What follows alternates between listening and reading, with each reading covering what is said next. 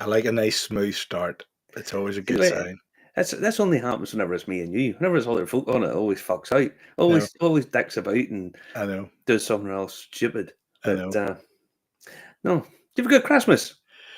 Pretty good, pretty good. Over my sister's, and then it was on the radio on Boxing Day, so pretty good. It went very quick this year, very quick. Oh, always goes quick. Always goes quick. No, I had a couple of really good nights. Christmas Eve was a good laugh, and Christmas Day was a good laugh. Boxing Day, I went down the pub a wee run on Boxing Day, but it was quite quiet. Busy all day, apparently. I mean, whenever I went down, it was quiet. Maybe they heard it was coming or something, you know. But yeah, it was good. Went into mate's house for Christmas dinner. Was eating it for Boxing Day and the day after Boxing Day. Lots of food. But yeah, it was great. Great. I think I'm coming down with something, to be honest. Oh Jesus! Oh, please don't say that. My brother-in-law was basically shouldn't have been up on Christmas Day at all. But there's always stuff going about. I know, but he was really bad. He looked like white, and then he's supposed to be going away. So it's just rough. And I feel like I got something, but I'm not sure I have. If you know what I mean. Have you eaten it? Have you eaten in the last hour?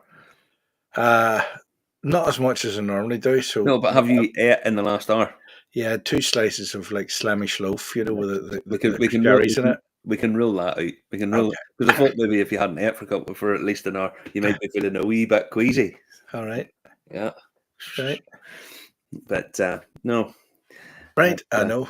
It's madness. No, I got a few bottles of whiskey. Young boy bought me a couple, or young boy bought me one. Dad bought me one, and a couple other people bought me bits and bobs. So yeah, it was it's nice.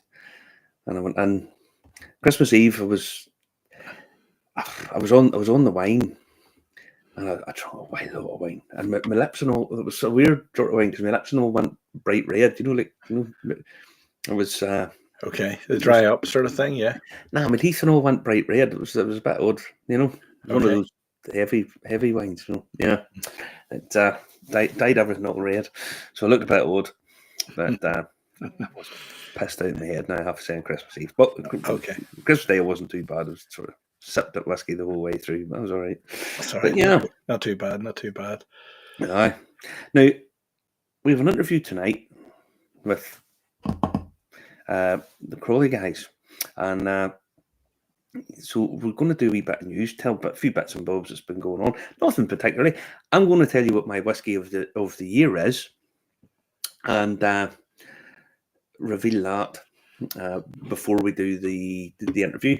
And then once the interview's done, we're just going to head on. We'll not be back on again afterwards because a couple of these things and have an early morning tomorrow morning, so don't want to be staying up too late. So we'll do a wee bit of news, won't we? About what's been going on. I think we shall, yes. Sounds like a plan to me. So, this week, the Whisky Exchange, which if you don't know what it is, I imagine pretty much all of you know what the Whisky Exchange is. It's a big online whisky retailer, although they do have premises as well. And they listed their best-selling whiskies of 2024. Now, if you scroll down, what you'll see is there's a couple of Macallans, Blantons, Hibiki, Lagavulin, Mitchers, Balvenie, Lafroig, Nika from the Barrel. The usual suspects. A lot of the usual suspects, yeah. It's nice to see quite a lot of peated stuff still there on the list. Because sometimes I think there's a bit of an idea that peated whiskies are on the decline, and they're not, you know, but there's quite a lot of bourbons, quite a lot of peated stuff, blah. There is one noticeable absence. There's no bottles of Irish whiskey on it. None. Which is a little concerning. Because Ireland sees itself certainly as one of the sort of biggish players, you know, big play, and to not have any of them on that list. Okay. You know, not your Redbreast 12, not your Jameson, you know, none of the other Jameson. An oversight, or did they not pay their stuff, Marty? Well, I don't think the Whisky Exchange don't need to be doing that. You know, the Whisky Exchange are probably quite happy just to say, "Oh, this is our best sellers list." I mean, I know the likes of the Macallan stuff that's there. I'm going to say a bit of that. The Macallan stuff's going to be gift and stuff. Mm-hmm. But no, it was noticeable by their absence that there wasn't any Irish there. Again, maybe it's me sort of being my inherent bias or whatever, thinking that it really should be, but it's not there. And no matter what we dress it up, it ain't there in any description. Which, yeah, it could be one of those things that they're selling lots of different ones. That's why they maybe might put out, but I don't think so. Being noticeable by its absence that there's no Irish stuff there. As I say, it's nice to see peat stuff still there. But yeah, it's just a bit concerning that Irish whiskey's not making more of an impact on the Whisky Exchange. Definitely a bit weird, but there you go. Yeah, there you go. But you kind of think Redbreast 12 at least should have been on that. Certainly Jameson, but you expect maybe more so, but it's not there in whatever way they put it. It's not ain't there. But they also put out their Whisky of the Year 2025. And this came as a little bit of a shock to myself, because Irish whiskey does make an appearance at this as one of the nominees, but the winner is New Riff Bourbon Bald and Bond. 50% alcohol and £59.75. It's made with a mash bill of 65% corn, 30% rye, and 5% malted barley. Aged for 4 years in new oak barrels. It's full of aromas of butterscotch and fresh oak and vanilla and blah, blah, blah, blah, blah, blah, blah. And that's a nice accolade for them. In a blind tasting, they beat Glengarry Portsoy, Glen Scotia Victoriana, Kilchoman Seneg, Green Spot Leo Barton Bordeaux Finish, and Glencairn 15. So yeah, bourbon is their Whisky of the Year, New Riff, and nice, affordable. So yeah, as I say, it's that's the Whisky Exchange. It was interesting just to have a look at what they've been selling lots of and what their whisky for the new year is, what whisky for 2025 is, as I say. So is this what they've been selling then? This is what they've been selling? Well, you might think that they're maybe going to sell more unusual whiskies, the Irish whiskies you can get your hands on a lot easier. No? Justin, you can get your hands on a lot of Johnny Walker Black Label. Right. Johnny Walker Black Label probably sell as much as half the whiskey market just in it alone. Right. Okay. So yeah, Lagavulin and the Freud are big players. The fact that there was no Irish on it. Now the Green Spot made a sort of nomination for the thing. So yeah, it's interesting. Just perhaps Irish whiskey is cheaper elsewhere in the UK rather than the Whisky Exchange. Yeah, Anthony, that's maybe a point, but yeah, I was trying to come up with a reason there, Anthony, and that certainly is one. Yes, that's what I'm saying. I'm going to say the Whisky Exchange is not. They don't price gouge that much. They're actually quite reasonable in terms of their pricing. I'll just nip on here 2 seconds. You see, Irish whiskey comes under world whiskey, but then again, so does Japanese and American. We'll just nip down. Just to see.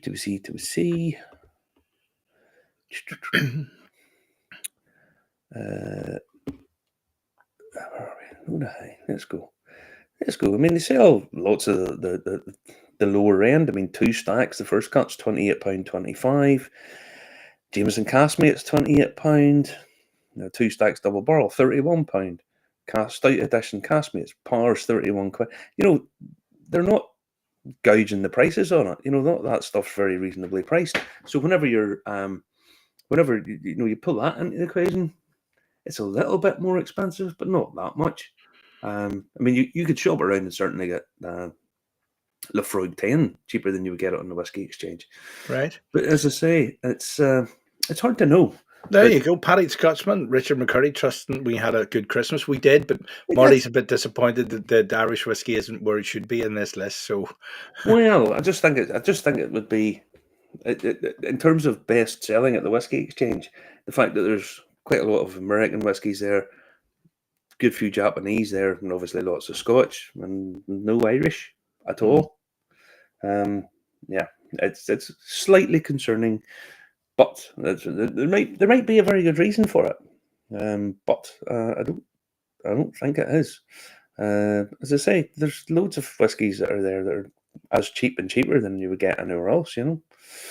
But it is what it is. We'll just have to try harder. Just try harder.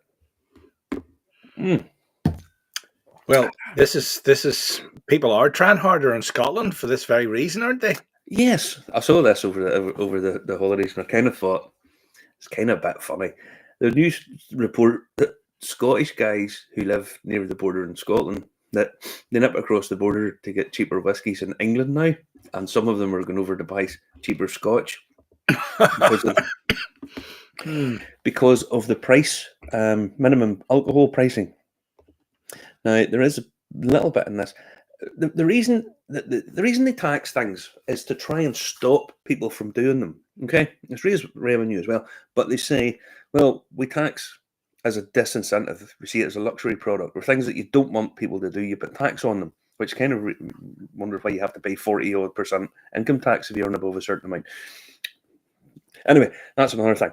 But I don't want to go all Ralphie here and say there's conspiracy theories all over the place. But they say that put this on. They have increased the price, minimum pricing up.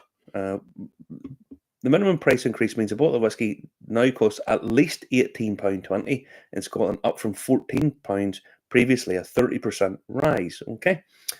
Other drinks have been affected too. Minimum price for a 500 milliliter can of 4% strength lager costs £1.30, and so on. Now, there's somebody come up. Who has it said this? They come up with this. They keep bringing it up as an issue. We always have a laugh. This is the guy that owns a shop. It's just an off license just across the border. But they've brought it in as a disincentive. But surprise, surprise, it's not working. Official figures from September showed alcohol-related deaths in Scotland had reached their highest level in 15 years. Some 1,277 people died as a result of drink last year, up from 2022, which and the worst since 2008, despite the policy's introduction. So what you're doing here is you have this behemoth of an industry in Scotland that is known worldwide for, that's recognised, that's valued and appreciated, has its own words, Scotch. You know exactly what they're talking about. That employs tens of thousands of people. And what the Scottish government are doing are taxing it so that people who live there have to go into England to buy it because it's cheaper. But you think, oh, but if it's saving lives, but it's not. It's hurting businesses. It's hurting the home of Scottish whiskey. It's just fucking stupid. It's utter madness. Of course, it's utter madness. But, you know, I mean, politicians don't do sense, but no, it was over Christmas. I watched something that your man Keir Starmer was on. Has there ever been a more sort of limp non-entity of a human being than Keir Starmer? He's just a fucking you just know that. Oh, somebody will say something to him. Go, oh, that's a good idea. Oh, that is laboring. Just pathetic. And these are people who are supposed to be leading the country. And what gets me is you were a former union rep, weren't you? You see. Oh yes, no, but gee, being a union rep, that's whenever you see what goes on in some of that stuff. And the Labour Party, who Labour represent are not workers. Okay, it's not that they represent workers because they couldn't give a toss. Otherwise, they wouldn't be trying to tax farmers. I mean, you want to hear the guys around here. Okay, they might have £500,000 worth of equipment, or £1 million worth of equipment, and £2 million worth of land, which means that when that gets left, them have to come up with 600 grand. Most of them are running around with shit hanging off their trousers. Yeah, it's just, fucking pathetic. But yeah, as I say, surprisingly, surprise, people charging minimum pricing for whiskey hasn't worked. People are still dying. So what they'll do is they'll say, oh, go back to the drawing board, we'll do something else. But will they lower the taxes on it? Well, they fuck, you know. Now, let's see, Anthony's doing Amazon's Paris $17.25, Whisky Exchanges $26.95. Don't look at Paris, look at Lafroig 10 for me, Anthony, and look at Nika from the Barrel. Because we'll see what their prices are. Probably a lot cheaper at Amazon, but Whisky Exchange sells an awful lot of stuff. I want to pour myself some. What was I drinking there? I know what I'll have. I know what I'll have one of these. Are you trying to finish stuff before you go dry in January? Oh, you've let the cat out of the bag here, Justin. But no, no, I'm trying to kill off just half. End of the year, try and get rid of some bottles and stuff that you have kicking around. And I've got a friend now whose Number girlfriend. 12? No, I've got a friend now whose girlfriend apparently wants to make things with empty bottles. So if you see a lamp with like a single cask Dunvilles thing on it, you probably know where it's come from, right? Just so you know. Okay. Is she going to melt them or something like that? No, I think she's going to make lamps and stuff out of them, drop things in them or drill holes in them, but stuff. I don't know what the fuck it is. But it sounds good anyway. It sounds really. Okay, some of them are nice. Some of them can be, yeah. Some of them can be. Next up, over in Maryland, this is just a weird story. Over in Maryland, it's like our Christmas special. This is just bizarre. St Mary's County Sheriff Office said that suspect Thomas Von Goetz, 56, entered the Holy Angels Catholic Church at 5 p.m. on December 24th, approached the altar and dropped an onion. He then proceeded to throw tangerines at people and then poured whiskey into the holy water. Now, in America, you can just see people being utterly outraged by this in America. Over here, I don't think that's terribly unusual. Somebody turning up to a midnight mass, or a Christmas Eve mass, pissed out of his head, something dropping out of his pockets, him meeting somebody that he's not overly keen on and hoofing at something at him, and then possibly throwing holy or whiskey into the holy water was kind of funny. So it was. But recently, the Pope has been doing all his stuff with whiskey in the past while. So he auctioned off. There was a bottle of his auctioned off a wee while back. Mm-hmm. To raise money for charity. So yeah, maybe seeing all this, I thought, oh, this will keep the Pope happy. Don't know about the throwing the tangerines back. That's maybe a bit much. But yeah, so Pope whiskey, somebody cashing in on it already. But yeah, I feel that if he was going to do that anywhere, Maryland's not the place to do it. Ireland did have got away with it, no problem. No, that wouldn't even have made the news. Some tat running about pissed. But yeah, as I say, I thought this was kind of funny this week. Mm-hmm. Next up, over in Colorado, there's a company called the Midturn Whisky Company, or they're going to be called the Midturn Whisky Company. And they have, on the story, there's a road beside where they're going to build this distillery that's sort of all permanently covered in ice. You can see it there in that picture. Mm-hmm. So what they're planning on doing is, from the stills, running the heat out. They have to condense it and cool it. Run the excess heat out in below the road and melt the ice, keeping it free. Very good. As you say in the thing, in Scotland, the Bowmore uses their water to heat a swimming pool. Other ones are doing stuff to blah blah blah. I know what it was. Good plan. I know it was. There's a whiskey distillery in Scotland. Feeds the reindeers with the leftover mash. And that's leftover mash, Justin. Yes. It's leftover mash. Yes, that's that. Yeah, they're not doing that. That's not going to melt the ice on the road, right? Do you understand what I mean? Yep. Right. No, but it just come into my head what I meant to tell you about the reindeers because it looked nice. Oh, what? So over here, it's used to feed sheep, and the pot ale goes out into fields as fertilizer and stuff. But no, they're going to dig this road up, run the tubes in below it, and that'll melt the ice water and run it all down. So yeah, that sounds like a plan to me. Quite clever, and hopefully that all comes off. Very good. Very good. Mm-hmm. I think I know where Vail's like a big ski resort, isn't it? Sort of thing. I think so. I think it's up that direction. Aye, it's in Colorado, so I assume that it's one of the ski resorts, or certainly one of the something associated with that. But yeah, so Anthony is saying Nika on Amazon's £38, Nika on exchange £40. you see, that's not going. That's not Whisky Exchange prices are reasonable enough. So yeah, I don't think price is the factor in the Whisky Exchange. So it's not. So I don't know. It'd be interesting to see just what figures were being sold there, because they are big outfit. Like, you all right, Justin? You look as if you're praying there. No, I'm just checking what's coming next. What's coming next is I'm going to tell you what my Whisky of the Year is. Now, there's a couple of.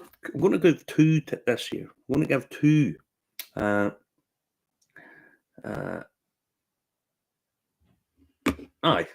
I work on the Airbus site, and this is the same idea they use in anti-ice systems on aircraft wings, venting hot air from the engines over the wings. Yeah, not taking up the road and using it with still, it's not. I've got to tell Anthony about this. I was on an Airbus once, and the captain says, "We're skipping this is at Chicago on a British Midland A330, I think it was." And the captain says, "Oh, we're just skipping the queue for de-icing. Just it was starting to snow, just like in Die Hard 2." And I thought, "Oh, this isn't good. This isn't good." And of course, I didn't realize, but Airbuses, they vent it through the wings, so it has its own de-icing in the plane, so it doesn't need de-icing on the leading edges. Ah, right. Great. And you managed to make it across there. I'm just saying, yeah, and back All again. right. Yeah. All right. So basically, you sat on the plane and then it took off.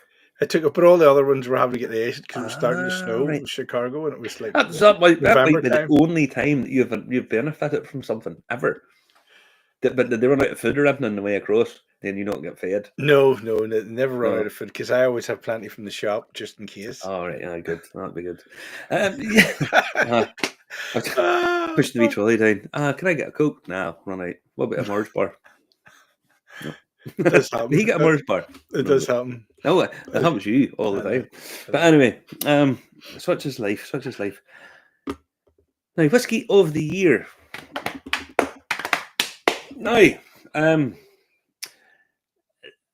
have a couple that I wanna put up. I'm going to put up some nearly rans, stuff that I tasted this year, or some couple of things behind them I want to say about or whatever. Because I see a lot of the time people doing these whiskies of the year, and they come out with some. Oh, I tasted a 1947 bottle of such and such. That's not really. I mean, I kind of get that, but no,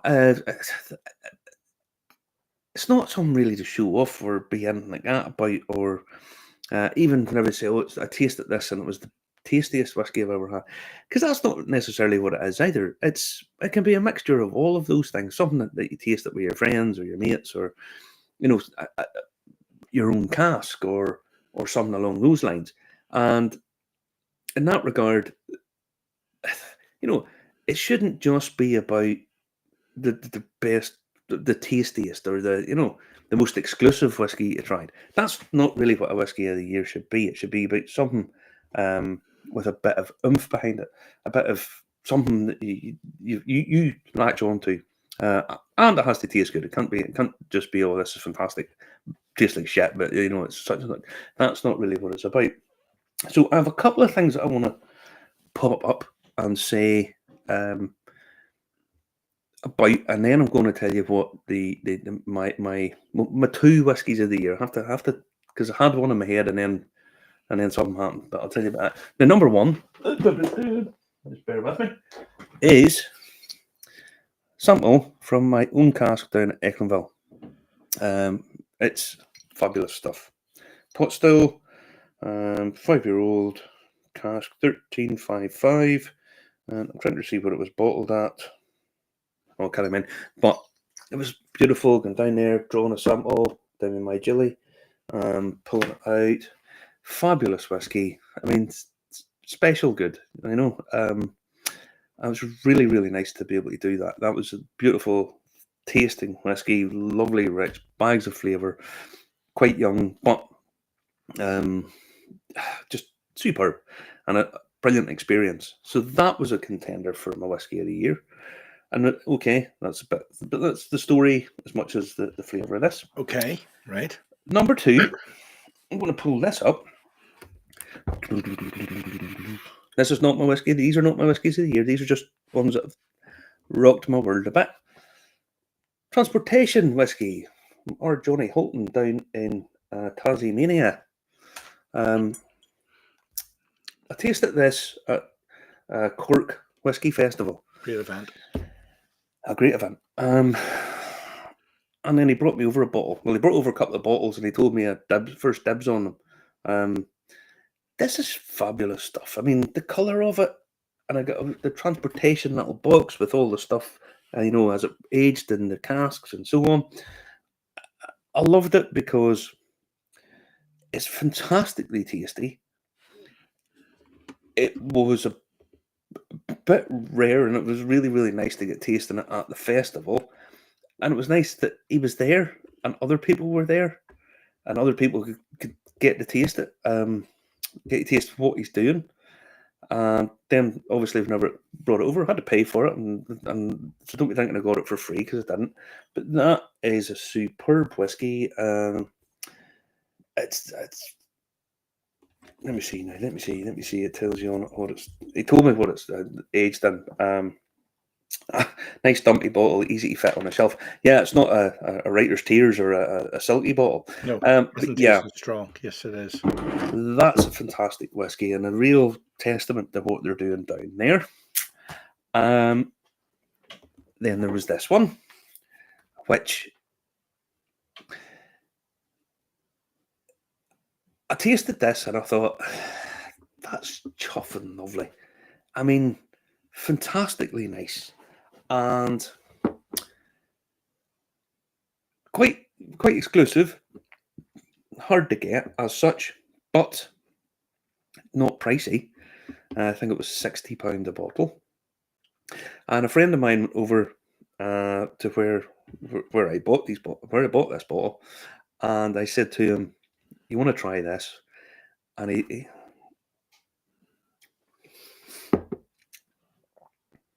just shook his head and he says, "You know something? That's just another level than some of the stuff that we're tasting." Again, it's a single cask company, and it's an 8-year-old Teaninic aged in sherry. Look at the colour of that fucking thing for a start. Mm-hmm. That was £60. I bought it over at Hearth, where Sam has his thing. I mean, independent bottlers just seem to be at the minute where you really want to be looking for stuff. They might not be doing. A lot of them are doing kind of your obscure distilleries. They're not necessarily, not always, but not necessarily distilleries that you're au fait with or whatever. But they're doing some fantastic stuff. I mean, Mark Watt from Watt's Whiskey that we had on a couple of weeks ago and from Campbelltown, I've now 2 bottles of stuff in there of his, and they're superb. I mean, really good, really good. Good prices, something a little bit exclusive, but, these guys do a couple of these different, or they have done a couple of different Teaninics for £60 a bottle, and it's bottled at 58%. So it's punchy. Take away the tax, and it's a really good value. And I like the shape of the bottle just as well. But that's a fantastic whiskey. They ran out, and I could have sold 50 of those things. Not surprising if it's that good, then, Marty. Is it the run out of them? It's beautiful. I mean, absolutely beautiful. Again, little touch of water needed, but I mean, in terms of the quality, bang for buck, really, really hard to beat. My next one up is a bit of one from left field. See, the signatory are hard to beat, especially the new 100 proof series. Correct. I mean, these guys are doing some fantastic stuff. Cask 88, Douglas Lang stuff, pretty good. Tends to be really good most of the time. So there's loads of this. I mean, it's just really, really, really well worth looking out for. The indie bottlers, Now, not an indie bottler, and this is Irish, a little bit from left field, a little bit obscure. Ballykeefe, Ballykeefe. Now, they're not the cheapest, I have to say, but they're all single cask bottlings. So they're all that little bit different.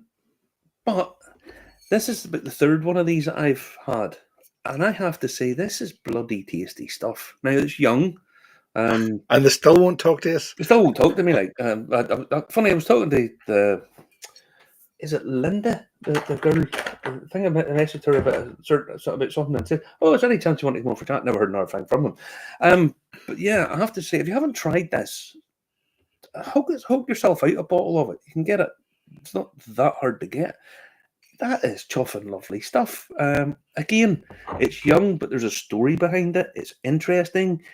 It's not chill filtered. There's no colouring, ecologically friendly if you want to go and check out what they're all doing down there. Single cask, single estate, tick, tick, tick, tick, tick. Family owned, grain to glass, do all their own bottling. So yeah, a lot to like about that, a lot to like about it. And it's pretty damn tasty stuff now. I just need a wee tiny bit of water on that. A wee teaspoon. Connor's asking, is that the malt or the pot still? This one's the pot still.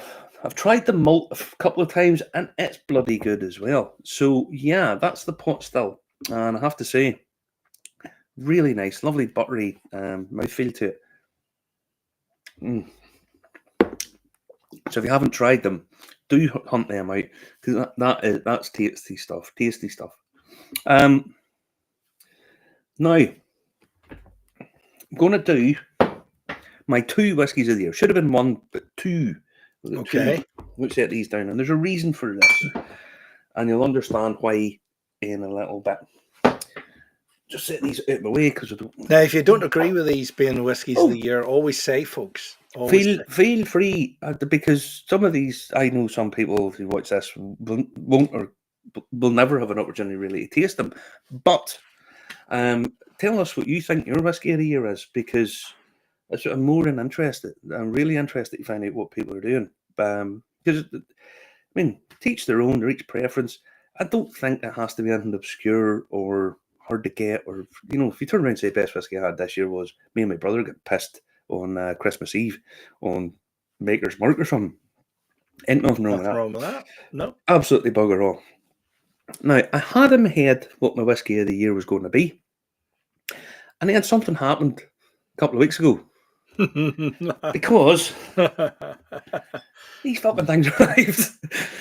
Now, this is my joint whiskey of the year for a whole load of reasons.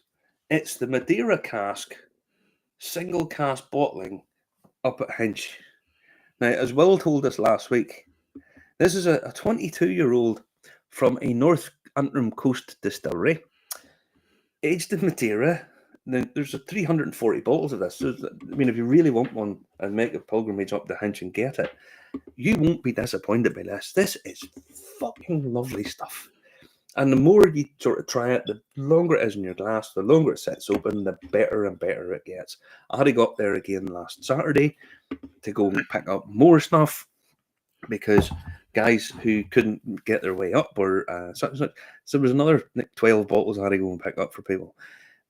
Honest to God, fantastic price, fabulous quality, bottled all at the same, at cask strength, handwritten labels. Nice guy that picked it out. A really, really top guy. This wasn't on anybody's radar up until 2 weeks ago, and then they basically just smashed out of the park with us. And the other 2 releases are fucking awesome as well. It's just absolutely superb. Honestly, I think what they've done there to have they have the stock, so they have the opportunity to do it, but they could easily have charged twice the money for this. And people would have thought, well, it's a bit dear, but it's not. It's okay. It's still reasonable at that price for the price point they've done it at.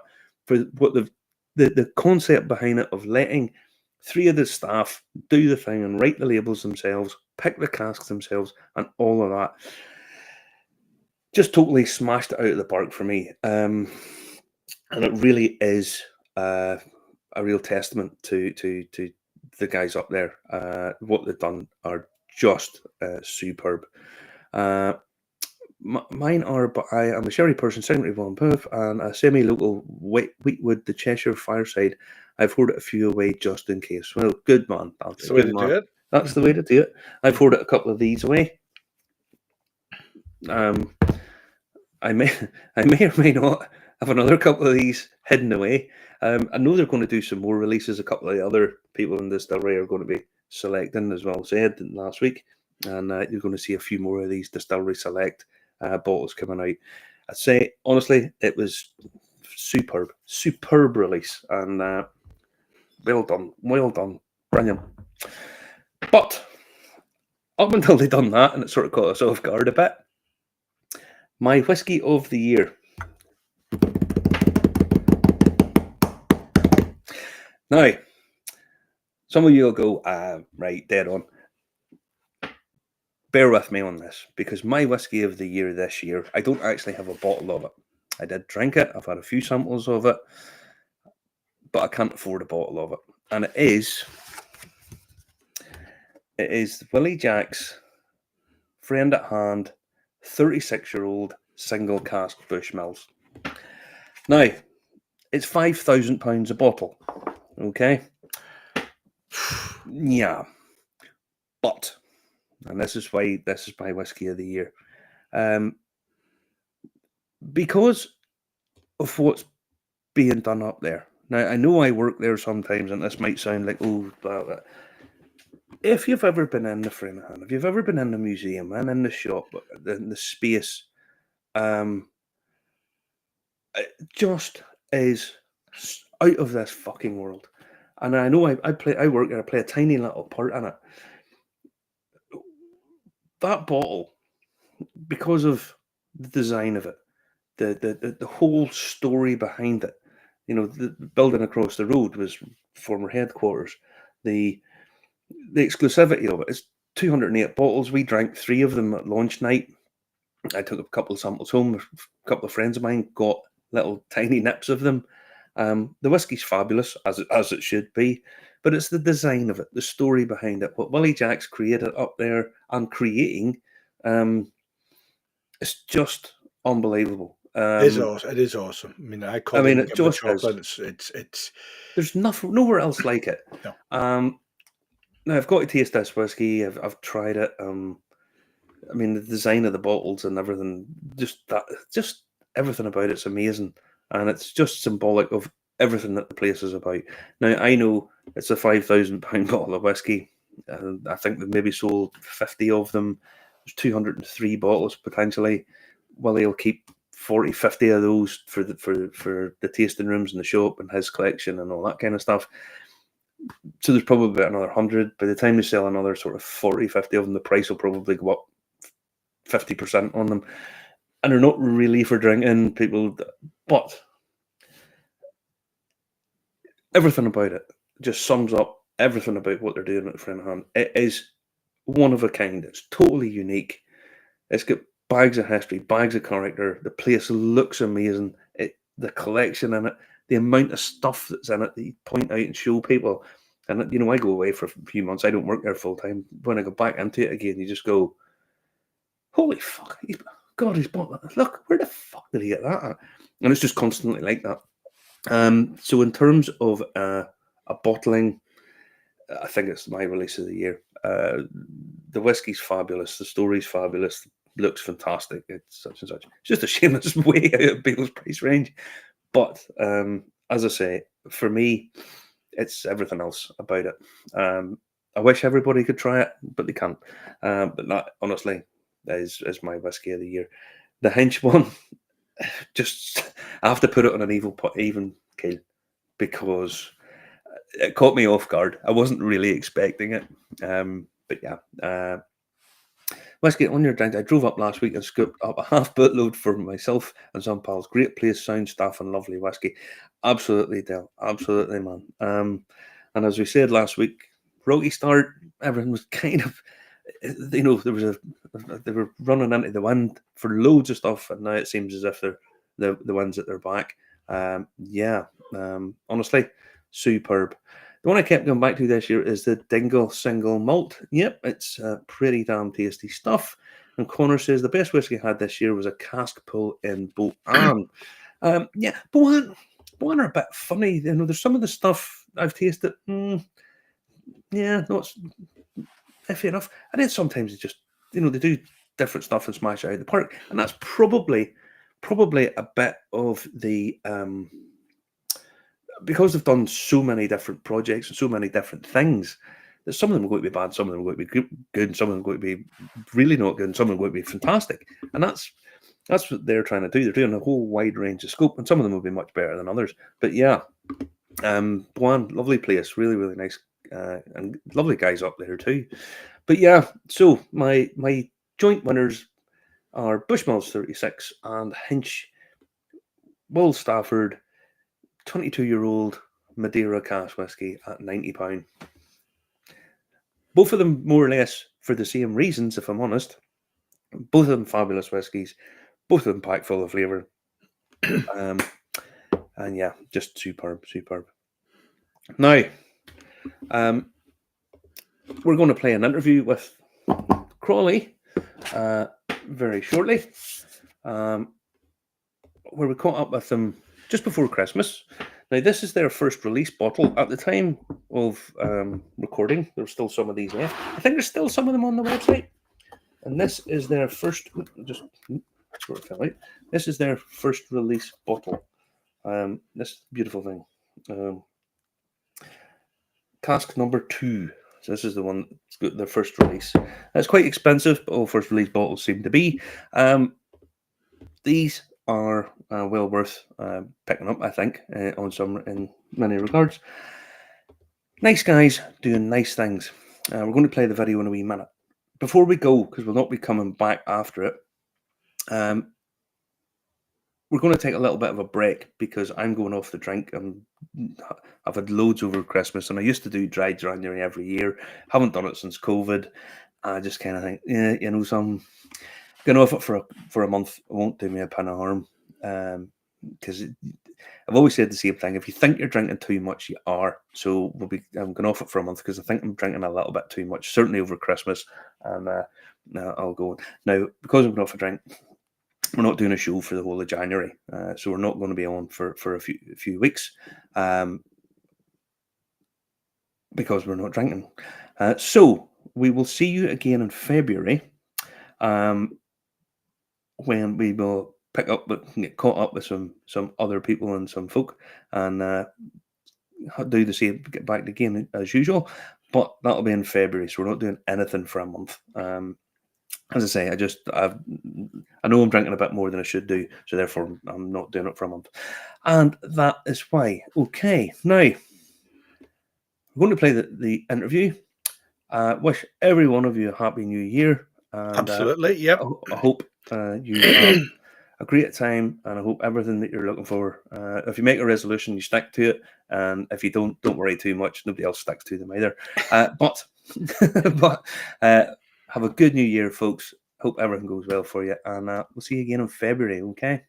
All right. Oh, I wish it was in Donegal. Aye. That sounds like a song, Justin. I think it is. I'm sure it probably is. Yeah, down in Donegal. I have a friend that goes pretty much every Monday. He goes to Donegal from Ballymena. He drives across and spends all day in Donegal. And I think when he finally retires, if he ever retires, that's where he'll end up. So I'll probably end up doing more time down there myself. Now, we are joined by Conor McMan, who is one of the owners of the Crolly Distillery, who have just released their cask number 2, their first of their own spirit, bottled out. Congratulations, Conor. Well done. Thank you, Justin. Thank you. I have her proudly in display here. Hold on, I'll change the shape of the screen for you, and you can fit her in. There you go. Lovely stuff. The presentation of that is superb. Nice. So, right, this is your own spirit. This is the spirit you've been working for the last Many years is this guys at it now? Well, that was bottled on the 20th of the 11th, 24, and that was one of 6 casts, or 8, no, 6 we cast in the first pallet. So that was all filled on the 20th of the 11th, 20. So we filled it on the exact anniversary of the 4th year, and that was our first filling of any cast. So that's cast 2. We're at it. Well, we're distilling for 4 years by that, but probably about a month before that, we were creating fence, and we probably were a year and a half and getting commissioned and running, and then we're probably a year behind that to try and get the building planning and all that. So we're probably 6, 7 years at it now. 6, 7 years, must it? Just like that there. Just going on it. It goes like that. I can remember the first day the digger landed down on the site. I remember every day. It's funny how every year goes in like non-stop. This is it's hard to believe that COVID was nearly 5 years ago. Do you know what I mean? I mean, just how quickly time goes. But we were building away. Well, during COVID was one way it was a godsend because it gave me something to do every day because it was nearly every day. And it was very limited labour, but we got it constructed partially anyway, most of it over the COVID period, which was quite good. Yeah. I know there were some ups and some downs, some big downs and some decent ups too. But just for anyone that needs a bit of background before we sort of delve into what you're doing at the minute, you guys are down in the old Crolly doll factory. You know, you're down in Donegal, and I know Donegal is very close to your hearts.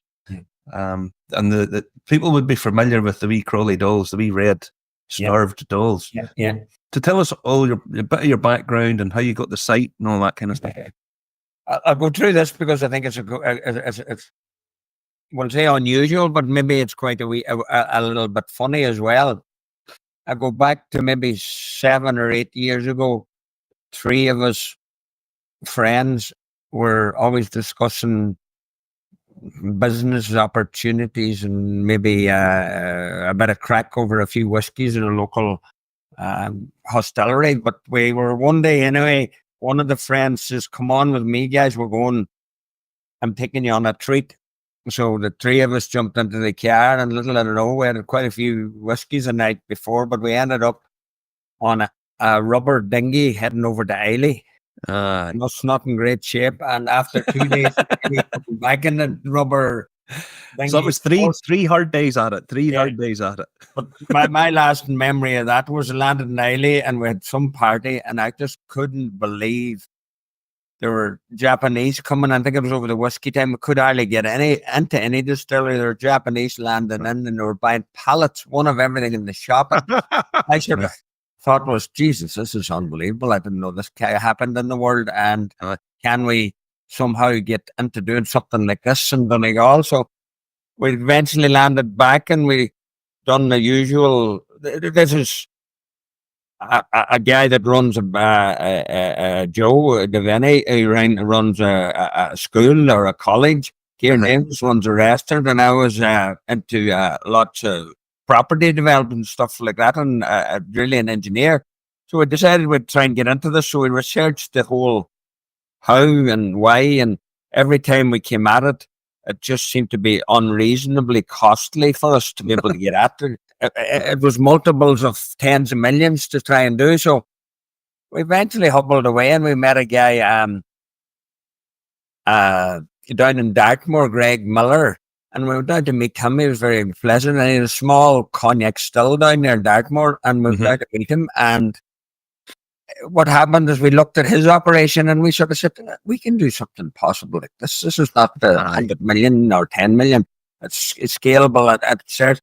So within another 6 months, Greg had found us a still, or even less, 3 months. We went out to Cognac region. He dug it out. We put it in a van, and he took it home. We got it conditioned, and we were saying, Jesus, we're in the whiskey business. Then we only realized after that was we can't actually get up and running at all with the technical file until we got at least another still. And then we needed to get another still from Greg, which we done. And then we needed to get a beer manufacturing plant, or a wash plant, Because in England, he was just buying the wash of the local brewery. Aye. We had to buy a wash plant. We bought that down in Waterford, and there we were with all this equipment sitting in a shed, and we had to go on in between, find a building, find a chase, and eventually we got a very good building that had lots of character. We wanted to put it in an area we wanted to create a brand home and something that's unique and different. Uh-huh. We wanted a unique, we were cute enough or smart enough to know that we wanted something that had a history, first capable of fitting in, was on a good tourist location. So Crolly came onto our map there right away, and with the help of Uders, who's the state funder, they helped us quite substantially in terms of, they offered the building, they'd agreed terms, and they weren't too harsh on us. Mm-hmm. The beauty with the Crolly location is it's halfway between the two largest tourist destinations in Donegal. Yeah. Glenveigh on one side, 150, 200,000 tourists a year, and you have Sleeve League on the other side, whatever, a couple of 100,000, and we're sort of halfway on the Wild Atlantic Way. So we said, that's our spot. We went ahead. We got all this equipment, and then we had to try and get it installed and figure out how to put it together. But we got all that done, and with great help of Dr. Jack Mayo, who was our master distiller at the time, but it's technical. And we got a guy, Julio Diana, who's now our master distiller, Brazilian, who was a beer man at his own brewery. He came on board. We got it assembled, got it going, and today we have our 4-year-old spirit. And pumping away. Pumping away. We could see in them period from the day we're on the rubber dinghy to the day. Back days and hard days and things went wrong, but the celebration of having a 4-year-old spirit is nice. Yeah, that's a fair old journey for you, isn't it? But you guys, it must have been just a total learning curve from day one, just everything. You guys all completely learning curve. In fact, well, I suppose the fact that I was an engineer and I work of a curious mind, and I done a lot of engineering, I found it quite fascinating, because when we started this journey, in fairness, Middleton were very good, or Jameson, they brought us down and done us a full week down there, and there couldn't have been better in terms of trying to help us and support us. But it was a lonely enough march, because there wasn't that many technical people in Ireland 7 years ago. No. Now there's plenty. So it was a difficult, and most of the roads reversed back to going over to Scotland to meet people that had some knowledge and stuff. Yeah. Put it together, and the fact that the stills, first of all, are all direct fire ex-cognac. So that's very interesting too. That direct fire, I mean, you don't have the same level of control as you do with steam. And that does, I mean, that whole direct fire, that sort of browning, that Maillard reaction and all that kind of stuff, it does have a huge effect. It has a huge impact. That'd be fabulous. Well, I suppose this is a personal thought, but not by trying to blow my own trumpet, but our new fill is absolutely magnificent. Yeah. And I'll put that down, and that's been well tried by a lot of, thankfully we had a lot of good support and visitors from the whiskey world came up, and I would think they all, even at Whiskey Live, everybody could out try their new fill. And that's even the malt now up to our last run of pot still was absolutely brilliant. But I'd put that down to meticulous detail in terms of our mash. Our head distiller now, Julio, was a beer man, so he's very, very particular about his mash bills, his temperatures, his times, everything to do with making a mash. He makes it into beer, so it's very specific. Then our stills, as I say, ex-cognac, so you have a massive amount of copper. You have a warmer, which is copper. Then you have the stills are only 1,800 litres, quite small. Yeah, you get a lot of copper, and then you have a old worm tub, which is all copper too. So I do every time. The effect of the small batch. Yeah. Lots of copper contact relative to the amount of liquid, and the fact that it's direct fire. Yeah. An awfully unique spirit. You would really, the only thing I can compare, I don't know, guys, did you ever try Glenfarclas? Oh, yeah. It's direct fire, and to me, it's very, very beautiful. Well, I mean, Glenfarclas, I think at one point, were Glenfarclas not the only direct, or no, they got rid of their direct fire and then they brought it back again, did they not? Yeah, I think that, no, yeah. Not, I think they're the only one that have direct fire in terms of their both stages, their all of it. their spirit run. Yeah, I think Few of so. them split it. Yeah, I think there's a couple that do the split. I know Springbank do, but for you guys doing it in the cognac stills, because I remember whenever I was talking to Joe, Joe, he said, well, the joy of it was we were able to get the stills relatively cheap and fairly fast. Yeah. So we didn't accumulate a huge amount of debt and stuff, you know. No, So we funded the whole thing ourselves, which is it is a struggle still, but it's bottom line is it was doable in our scale, so we went for it. And Joe, I don't think he's what I would say is he's a great partner, but he's technically not an engineering mindset. But to actually get the direct fire stills and get them through the ATEC certification and get through that is what was nightmarish stuff, but only for a good team and a good knowledge from industries and building frame that helped would be near a virtual impossibility. Like this massive amount of sensors and controls and safety devices in the direct fire control. Yeah, I think it's worth it. And it really does give you a wonderful new make. Yeah, lovely. I bet it's lovely, thick, oily new make, is it? It's oily. We done this year. Now we finished it a couple of months. We done this year the pot still, which was 40 malt, 40 unmalted, 15 oats, and 5 rye. That to me, that new fill was absolutely. It's just you could drink away at it without ever diluting it down, and it's really lovely. It's really oily and lovely sweetness, and you wouldn't be the first boys in Donegal to be drinking stuff of the style now. We're chatting about Joe. I think his grandfather was fairly handy at that type of game. So, but you're not doing a compliant, like a PGA compliant. No, anyway. We're optimistic that'll change. Really, I suppose our point of difference or whole methodology in the whole project is we want to be different, we want to be unique, we want to be small, highly premium, and highly sought after, and we want to sort of rock up the boat a wee bit in terms of changing what people are used to, I suppose. Yeah. I mean, the oats do wonderful things to spirits. They really do. Oh, lovely. In terms of not only textural, but flavour as well. I mean, they go very fruity. It's a very strange thing that oats do. Now, all our Christmas viewers, Happy Christmas, Happy New Year. Happy Christmas, Happy New Year. I'm on the tea because I have to drive very shortly. So you've got your stills all set up, you've got your people in place, and you're doing your beer, and you've done your pot still and malt as well. Yeah. Did you guys do poaching? No, we didn't go down the route. Well, I suppose it's that way that we done a full year of malt first to get sort of familiarize ourselves with that. We only in our second year we done pot still, and we only done a small. We done about a 3 to 4 months run of it.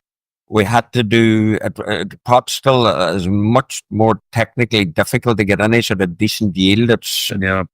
So to be honest, the first year of pot still we done it for about 3 or 4 months. I can't recall, but we had bits of technical issues to try and get decent yields. Yeah, we had problems with getting specific temperature controls, which basically led us after the first year. We had to change, not lots of plant, but we changed a good bit of plant. We had to change most of our heating system because with pot still, you really need to get your temperatures to 0.5 degree when you're sparaging, because you can't get the sugars out. Otherwise, you're using loads of enzymes. It's just difficult, and you get a lot of stuff.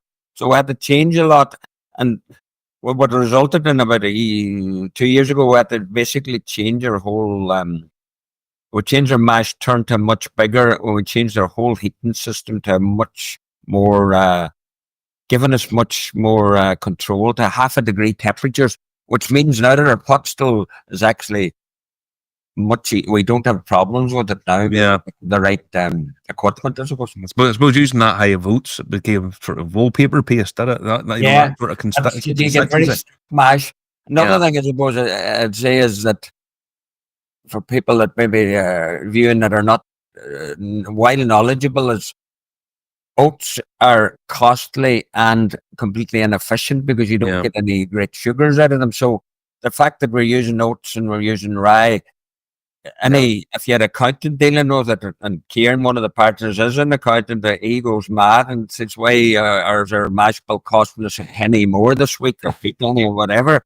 But the whole ethos of Crolly is not about trying to do economic spirits. Yeah. Use direct fire. And another thing that Kieran, my partner, goes a bit sharp on is that by using direct fire, you're losing 40-50% of energy efficiency. So 40-50% more gas.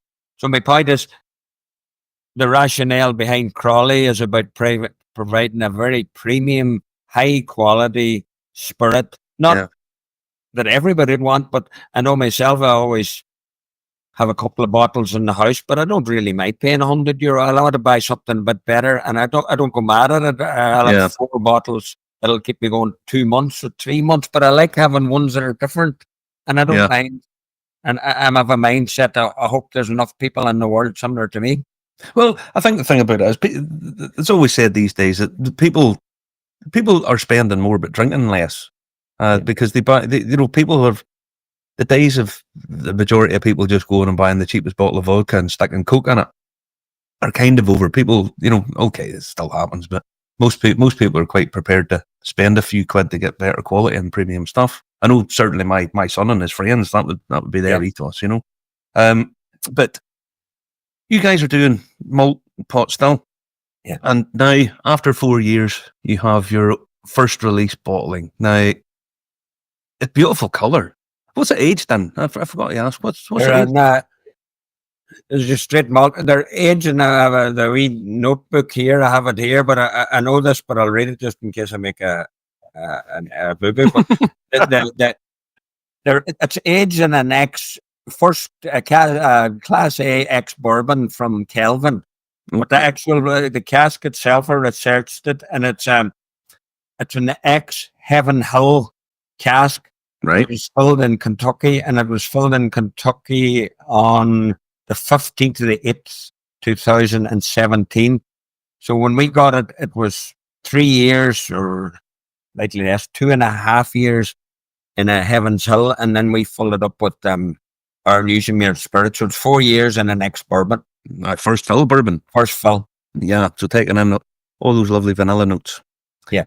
Well, just when you mentioned the colour, and I should say you can see that it's a lovely colour. Another point of difference that I think we have is when we're actually distilling, direct fire is a big point of difference, but our spirit run is exceptionally slow. We take about 13 and a half hours to do our spirit run. And out of that 13 hours, 6 hours is spent doing the spirit cut. And we use an exceptionally narrow cut. We're cutting at 69. So out of our 1,400, maybe a wee bit more, 1,500 litres of a run. But our cut is only something like 200 litres. So we're getting very slow. The accountant partner must love that. He loves it. He wants to slow her down more. He says, I've got her back more. I'm just thinking, he's just saying, what the hell have I done?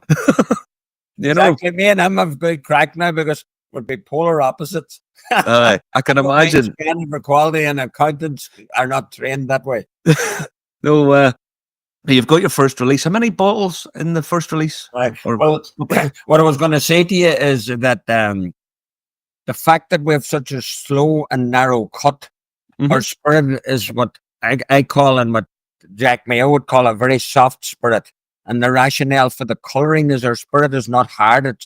And the reason I call it soft is it matures quite quickly because it's such a narrow cut. So the reason for the spirit being quite a good colour is it's quite soft and it's taking good influence of wood. And if you drink it, what I would say, it benigns its years. I think if you give a blind tasting to a whiskey connoisseur there, I would think he would find it very hard to believe that it's only a 4-year-old spirit. Yeah. Because it doesn't have any of the raw edges of sulfur, or the maturity of it, and the taste of it is, I believe, and I suppose I'm biased, but I haven't tasted any comparable 4-year-old in Ireland of the same quality. Now, you, at the time we're recording, they're still available to buy. Yeah, I should have said to you, I suppose what we're getting, this is really is a Cask 2 offering. So there's only 270 bottles. Mm-hmm. Well, there's 270 bottles, and this is what was left out of the 71st. So I kept this for the wee treat for Santa. So, and I'll send you, I'll give you I'll put you up 2 miniatures, and then we'll get back to the yard, but I particularly tried to stay away from the word release.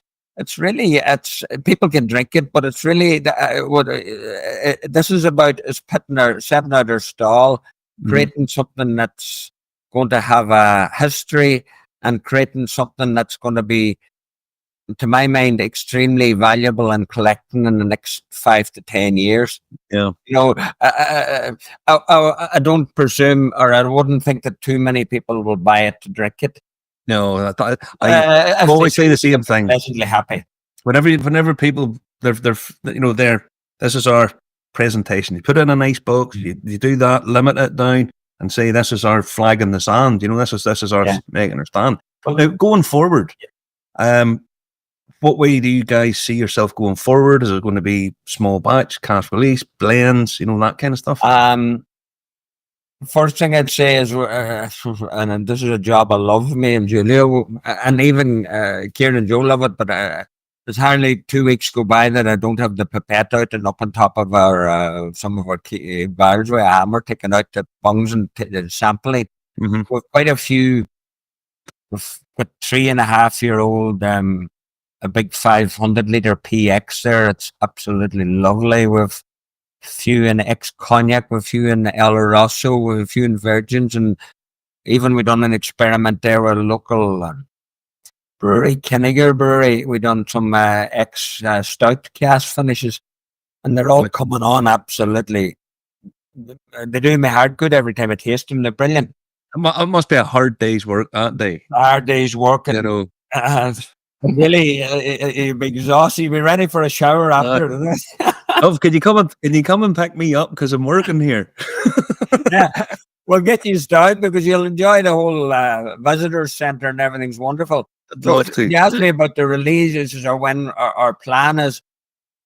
I suppose our strategy as a whole is, and my ambition, not to be too arrogant, is I think there's a gap in the Irish market for a highly premierization whiskey that's made in very small bespoke methods. Mm-hmm. Connor, that's our ultimate plan.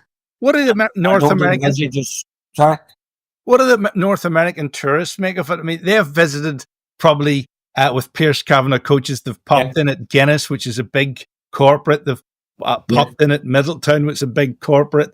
When they rock up there, it's Heath Robinson. It's like visiting a moonshine still in the middle of the Appalachian Mountains to them, is it? I would imagine. We get coach tours from. I know the Gulf's up there is big, but they're quite good ones. Wealthy Americans, but we get coach tours, and more specifically, small, maybe 8 to 9 minibus tours, golfing groups. That I would say second, without blowing your trumpet, is they absolutely love it because everything within the building, the history of it, the way it's finished, our stills, they just love it. And it's a genuine story. we're in a building that has genuinely gone through. Like, there's been 4 massive history events in that building. It was built to alleviate poverty in the area by a donation from a fund in a London gathering. So it was to alleviate abject poverty in the area. It started Donegal Carpets. It was one of 4.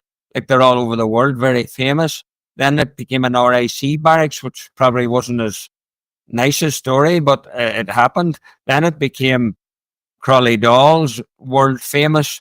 It was a transistor factory then for about 20 years, Novatherm, and it lay derelict for, I would say, 10 to 15 years. The roof was it was at nearly a stage of, I would say, another 5 or 6 years demolition.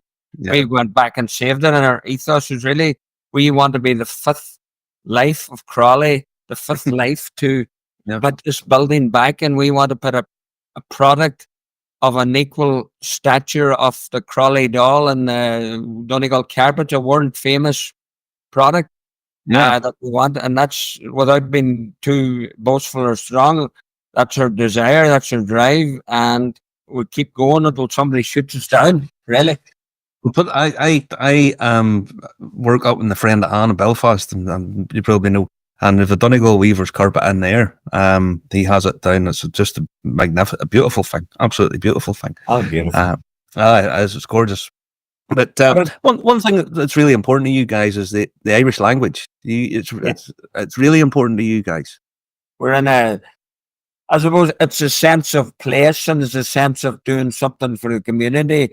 We went into this project, I suppose, with similar mindsets, which was we're all beyond looking athletics and football, shall we say, but we all wanted to leave some sort of a legacy, or to try. The building was set up originally to improve the abject poverty of the locals. Yeah. And I feel that I would like to, or the 3 of us would like to leave something behind us, really. And by creating Crolly, now we have 13 staff. We have 10, I think we'll have 10 to 15,000 tourists this year. We have a good commercial bonus to the area that wasn't there, and it's creating great vibes, and that's something in my heart that I'm very proud of. You should be. You should be. When's your next release? When's your next spirit coming out? Because you've got your box, your presentation, the collectible. When's Crolly's spirit coming? My view, and I suppose we differ on this. I suppose the accountant, get out tomorrow. Well, I was just going to say it's probably a cash flow issue. Yeah. My answer to you would be straight on. We'll release it when it's ready, and when I feel that it's at a stage that we can stand up and put our chest out and say, this is super premium, guys. Excellent. And my thought for that, and Kieran probably will be more anxious to get a cash flow in early. I would thought 2026. Okay. So we're probably, the way it's going now, the spirit is wonderful, but to me, I'm not wonderful enough to say that this is the best drink that we can produce. This is our flagship. So I'd like to hold back for probably 2 more years. But saying that, we're commercial in some way. Kieran's very much in the figures, and we may have to do maybe next year to, what would you say, tickle the appetite of our followers and their audience. We may release another, I don't know, I'm going to guess 300, 400, 500 bottles of, say, for example, a PX or a cognac finish. Again, with the adjective or the story that this is not our release, this is a tickling of the appetite. It's a show of what we can do, how we can do, and please wait for when we do open and do a full release, that we will stand over it and say that it's happy, that we'll be happy with it. Well, put it like this, I love the whole story of the 3 Donegal men in the transit van heading down to pick up stills and cognac, and I just quintessentially Ulsterman. You know, I tell you what, we'll go and see if genuine. That's it. And if you go down to that's why the Americans or any of our tourists, like, which was, I always sit back as was coming to Christmas. Now you think back and say, what did you do this year? And the thing that gives me great pride is we won through TripAdvisor this year, top 5. I can't remember. It's the best award you get. Top 5% attractions within Ireland, and that's voted by people going there. So there's a whole sense of anybody going there. They pick up our love and our passion and our real, what would you say, desire to make this something different. I just see you guys also having a bit of a laugh and a giggle. We all, you know, we all, as I say, we started it with a few whiskies. We have different views, which is good because as I say, the Kieran there, we're only off a meeting yesterday, and shall we say we have different views and we express our views at our meeting, but we get on well, and we always generally have a drink and shake hands at the end. So there's quite a bit of what do you call it, friction or a robust argument. That's healthy. That's perfectly healthy thing. Perfectly healthy to have a bit of a bit of a falling out and then have a drink after it. So that's the most natural thing in the world, you know. Yeah, if everybody leave the consensus to the corporations, that's what they do. Now we're going to head on. Thanks very much, guys. Absolute pleasure talking to you, buddy. And I hope I didn't bore you to tears, but no, I'm on the tay. You're in the drop of the good stuff. You probably will. We might jump in the car here. Slant you, Crolly. I'm going to leave. I'm just thinking on one thing, which is interesting, that we're in the Irish area, and I wasn't thoroughly convinced that we shouldn't go down the road of Crolly with the English pronunciation or Crolly with the Irish pronunciation. But the first thing in that, we're in the area, and our video, the audio visual, was in Irish originally, and I remember playing a draft of it, and I said, Jesus, we'll just leave this in Irish because the sounds and it reflected the whole area. But the other thing is, our branders, when they looked at it, they advised us and said, do you know that 4 or 5 or 6 of the leading scotches, it says, have non-pronounceable names? That's right. Lefroy. You have what have you got? Bundyagin, you have Cardew, you have like Glenfarclas, Tully, Anniby. You have a whole lot of them. So, like, why not? The reality is, people will remember an unusual name. I know somebody who does reviews, and whenever he's doing Scottish reviews, genuinely, he goes on to look at another reviewer to make sure he's pronouncing it properly, or he goes on to see another thing. Because sometimes, I mean, you look at Glengarry or Glengarach, it looks as if it's pronounced Glengarry, Lecheg, and so on and so forth. But yeah, you're just right. But stick to your guns. Thank you, guys. I want to see you up in Crolly, and I'll tell you what, we'll get a minibus, or we'll get some way to get back from there, but it won't be in the car anyway. That's right. You. And you can get up on the bars, and we'll siphon out a wee bit of this good stuff, and I'd love to see your opinion on it. That'd be fantastic. We'll get something sorted out in the new year. Listen, Happy Christmas, New Year, guys. Happy New Year, happy Christmas. The whole Same to all.